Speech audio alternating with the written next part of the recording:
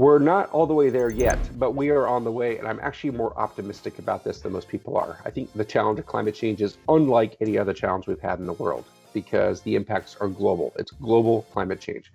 In the old days, pollution would happen in our backyard, literally, or in the stream, and it would kill our children shortly.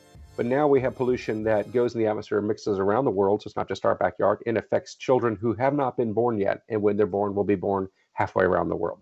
So this is a unique problem because we have to change our action today to benefit people halfway around the world who won't be born for 100 years. This is difficult, but I'm optimistic we can get there because we're already on the way in some places. In the United States and the United Kingdom, we are decarbonizing. Our carbon emissions are actively dropping despite population growth and economic growth. This is good news.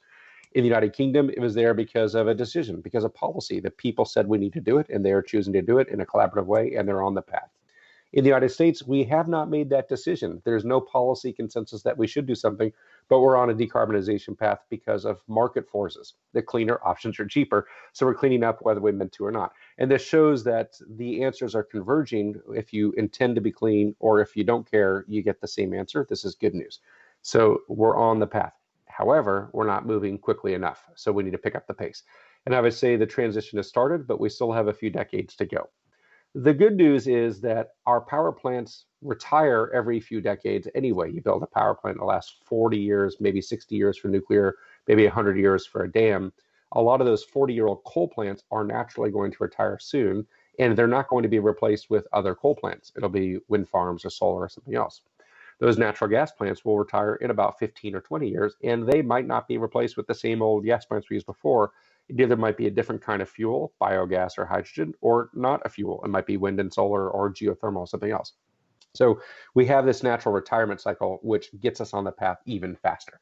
So I'm pretty optimistic. The transition has started. It feels like we're pretty early in the transition. We got a few decades to go. And frankly, we have to pick up the pace. I think the transition will feel slow and incremental and slow and incremental, and then all of a sudden will happen, which is the same kind of transition we went through with the internet. Internet had been around for decades, from the 1960s. Then there were a few databases or fax systems you could use remotely, maybe in the 80s. Then in the early to mid 90s, email started to pop up here and there. And then we watched some websites show asteroids hitting into the planet Jupiter with Shoemaker-Levy, if you remember this, around 1994. That was kind of interesting. And then all of a sudden, the internet was everywhere in 1995. It had been around for decades and all of a sudden turned the corner. The energy system will do something similar. It's going to be slow, slow, slow, slow, then all of a sudden transform. And we're going to look up and notice that the cleaner options are the cheaper ones. They're the more abundant ones, and that's the option we all have. So we'll get there. Turning the corner feels like it takes a while to get started, but then the last part moves pretty quickly.